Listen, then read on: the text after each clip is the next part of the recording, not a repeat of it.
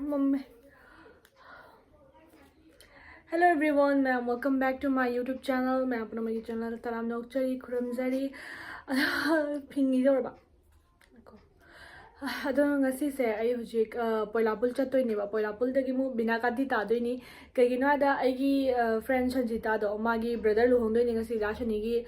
hayeng luhong mane ba do ngasi dagi chatlani ado ngasi se ai mathang mathang thabak yamkhre hojik yum dagi thokpaga ai silchar tarni silchar dagi pochai nungche khar lairane ba adu duga poilapul chang doi ni poilapul da changaga ai khujin semuge khujin se cheromi gi dukan da sem doi ni cheromi gi dukan se kanano kaino do su mamang gi blog ta haigre amkom si blog ta hairage ba hojik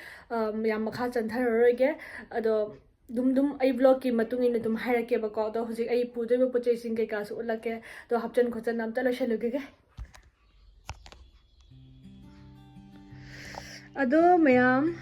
asi sing se aina pugada ba pochai ngata ne ba ko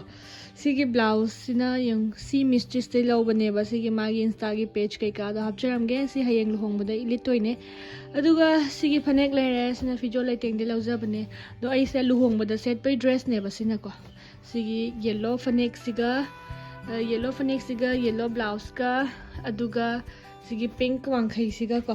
si oi di chanare ai gi rani do chanadre ba do na I rani do ilaroi si lere aduga sigi sina moi bachelor party tawni ana haiba ngasi nungdang se luhong bai nungdang no mangi nungdang se duga aina si set lagai na si purple color ki suit se ambau set tri ba si se aina khambra do si se oina set lage aduga asina dum luhong ba loiraga mauthilak wagi nungdang do aduga dum asi sum se chalage si du mauthilak padi kesu kya kaino tawde aina si se oina se chalani sina bachelor party gi sina luhong bagi sina luhong ba ayuk ki lai khuramba ki ka chapado aduda sise lit lage blouse siga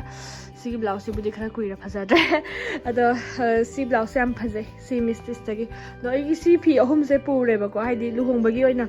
duga ai gi heels kaino sida lang ni he ai gi heels se si pure ni ma'am si oi di dum chanare ba ai gi dress siga aduga si mi khangani khongup to phamung la thamena na te ko ahan mani ko amta upna di bu khongup ni ahan mani pura brand new ni adu dina makha ka se mote ba do phare si ki se chanare na white ki to ba siga ko white ki work to ba sida sidi si chu cream color ki dumai to i go ai gi khongup se to si ni si ki hadi yellow siga chanare ba ai gi magi sida su white to ba duga sigi work chi su white to ba siga duga siga ai gi khuji laire khuji ga si se duplicate ngata ni ko original duna ai somna kan da bag ta purani leak kari gra si khot khare ado si sing se mayam ai hapchal lage huji dress se phi pojai sing se ado aduga ai huji roshan na ba shu tawrani aduga huji chat pada set na ba si kurti se स्ट्री तक्ट्रीबा स्ट्री करा तक्थलुगे सिगी print सिगा सिगा हापे जाना रे ने आइना आइना हंदक नौना purchase तौबा जुक की bag ने बसे से को टोट बैग से सी अमा दुम यान हिगे आई बैग अमना चंद्रे बैग अनि पुबा तारे को तो याम अचौबसु लैत्रबा सिगी टोट बैग से अमा पुरानी सिगी प्रिंट से याम जाना रे ने आई समाइना प्रिंटेड तौबा कुर्ता सु लैयबा कुर्ती सु याम लैयबा दुदुगी समाइना प्रिंटेड अमा लौरे नुम हाइबा जाना रे ना दोदे अदुगा सिगी जीन्स अमगा अदुगा हुजी आइना खोंग से याम नाबदुदा आइना हंदक जुक्तगी स्नीकर्स अमा परचेस तौयेबा सिगी स्नीकर्स ने उपनाद्री अदो सिसु प्रिंट नि बैग सिगा दुम हाइपे जाना रे ब्राउन कलर गी अदो मैम सिगी खोंगुप से हदी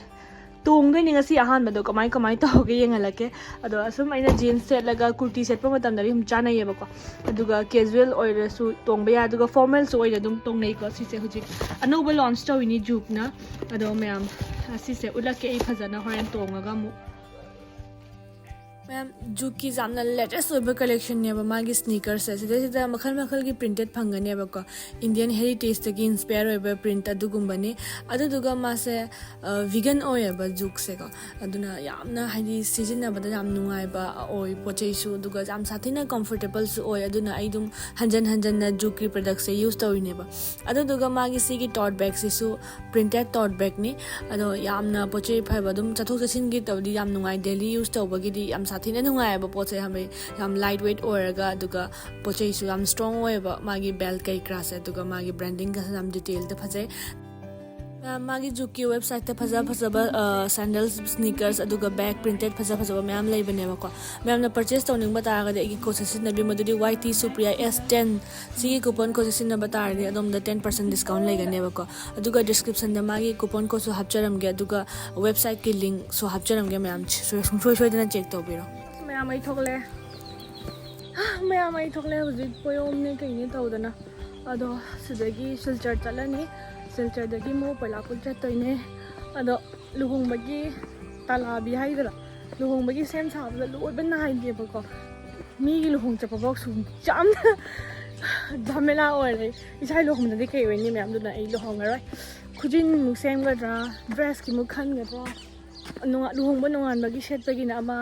अदुगिना अमा खनबदा तसु आई चौबा टेंशन अमनेबा दो हमता चखगे गाड़ी मु फागे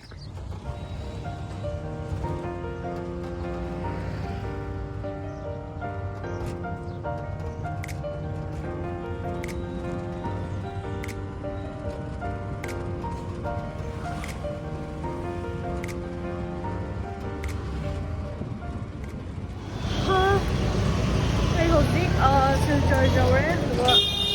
लेना चोम लेगिगे अइगिसु समितागिसु मोय तपै ममांगना योलेबको अदुदो हमता लेगिगे लोरे तामिना मैम ऐसिदगी लेना चोम लेबगी येंगिको मचु मचुगी लई फसा फसाबा लई मैम योलमे सिदा ओरिजिनल फ्लावर सिंगसे सिगा दुम बुके गुम्बा दुगा लुहोंबगी इवेंट्स कई क्रादा दुम लई ऑर्डर तौबा खोपा याबा माले मोगिसे दो सिगी लई से दुकान अनि थांगना लई दो तांगनी याम तांगे ममल से हम ओवर प्राइस होय सिगी लई मचा स्टिक अमदा दुम 40 50 अदुगा 100 योबो सुम यावेबको दुम फजादी फजाई मचु से अदुगा आइगी मथौ ताबा सिंदो लई रे लेना चोम सिंगसे अदुगा आइना होजिक चतोइसे पोलापुल चतोइने दो आई सिदा कैपिटल बु गाड़ी तोंगगे बसगी तुक तुकी सिगा तो ऑटो दा तोंगना क्वाइदगी नुंगाइजरे आइना कई हाइनी नुंसित नुंसा चा चाना खगी नुंगायबा समाइना येंगा तुक तुकी से मतेक मया तोंगबगी दुम नुंगाइ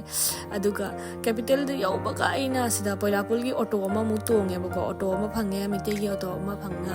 सिदा डायरेक्ट पोलापुल चट्रोबनि दो आई होजिक चतोइसे डायरेक्ट चेरोमी की पार्लर द चंगनी दुगा nail extension तौरुननेबको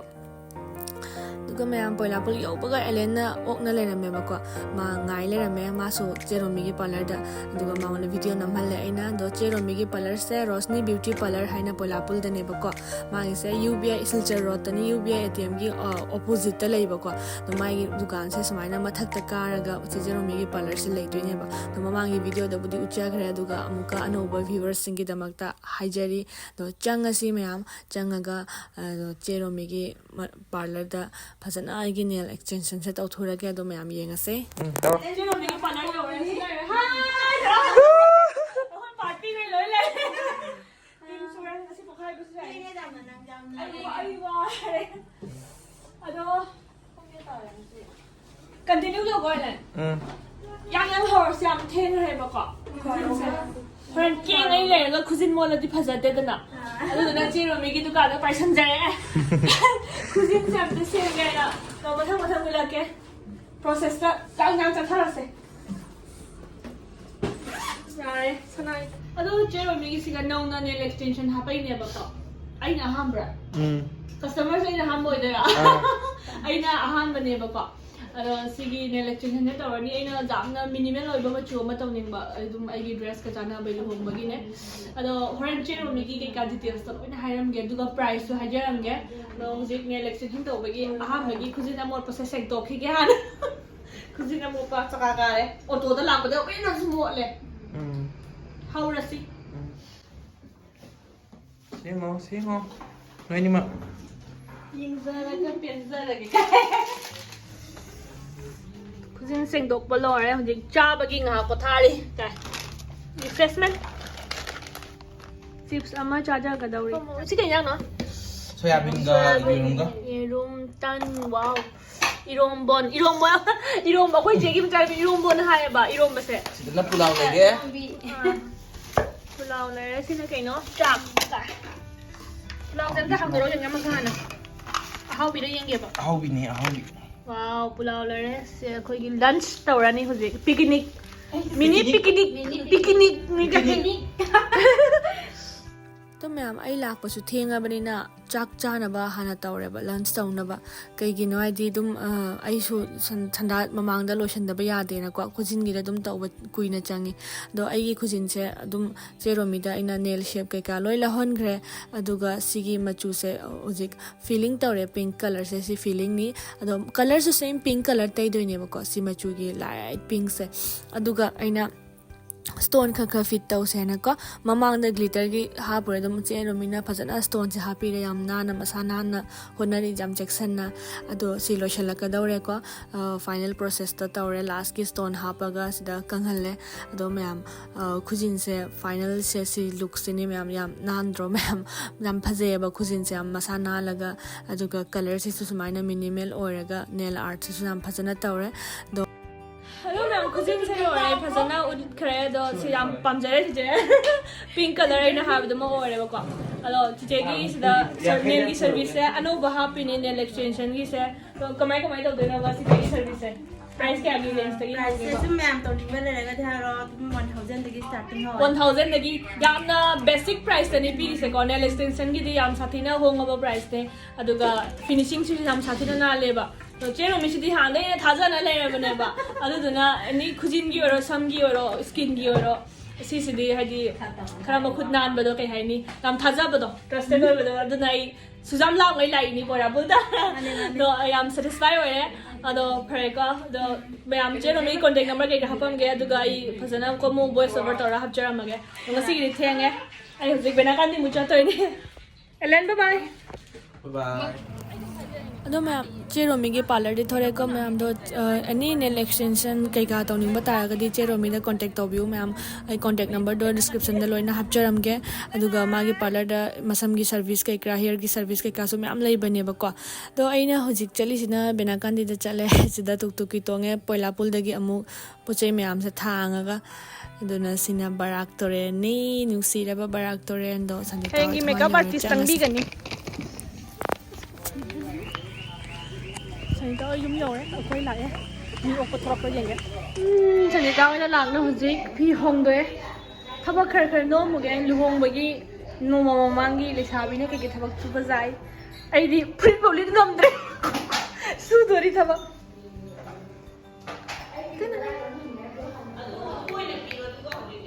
Thaba suras lah. Ya, sini pak kun giro saya. Ah, tang mana? Wah, ini sih hazel lesi dia. Hazel lesi dia. Không điều hai lupa yang khay gini ya. Han lupa tara isi gay hen jami. Aku mi lupa Gula tara si lupa mi ni uga jadi. gula si lupa kun naura mini hana. Ni pu. Nipu. Tang mana ya deh. Maham ani hum dah chatla hangai ni ya deh. Lay se kara phakto me thiga. Ek te sambal. Hey, Roscola ka to hapa kauni ko tu jao tu China tu ni. Oh ya. Group tu pi. Daman ni. Nang pri wedding yang phase bata sini. Ngako. Ano? Ai kusin apa yo phase. Hello ma'am, luhong ba nong mang gini duga mi sham tele idi ayuk tagi yum ni thorak panina dum nail extension kai ka tawba dum lambi da lakwa dum isa se dal oraga he hening dreba duga sida gift kai ka packing tawba do khara help tawre sida koi le shabi sing da gift pine ba koi kasar da di dum pochai nu che lesa dama bor mayum na kaina gi yum da lai chatpa matam da da la amba le shabi sing do dum imphal on dum pina da bra hang hamper se ko sida pine duga adugi damakta sem sana ready tawre koi gift sing se masing thira pudoi ne ba ko moina le shabi kya invite tawri ba kholi ba do hairaga sida taman mayum na bor mayum na prepare tawra pudoi ne ba ko adugi sida koi nung thang da lo shalle duga थोड़े पते कि सुम थबक पुदी याम लेते को कोई लाको सुखर थेंगरे संदा ओरे लो लोरे furniture की मनम से किनम तौद्रा हजन लगा मौगी ओन पोट लाए सी ड्रेसिंग टेबल असर दो मामे हो पूरा ब्लैक नत्रग white White ai sih mai pa me ba. आई गिदी व्हाइट तो आई गिदी लोई व्हाइट तो हन ने एस्थेटिक कोइना कोई मामा बाबा पी दोनी कनो Sanjita Mutu. Sandita Mutungi Satam the laser. Tinglingi. Bubut lao the satam. Angang. Sandita gold medal lo ba matangi. Ram nungay ba matang ni magi convocation da. Masters the gold medal lo ko gi. Sina mo gi family photo ni relatives tekla. Sila ire.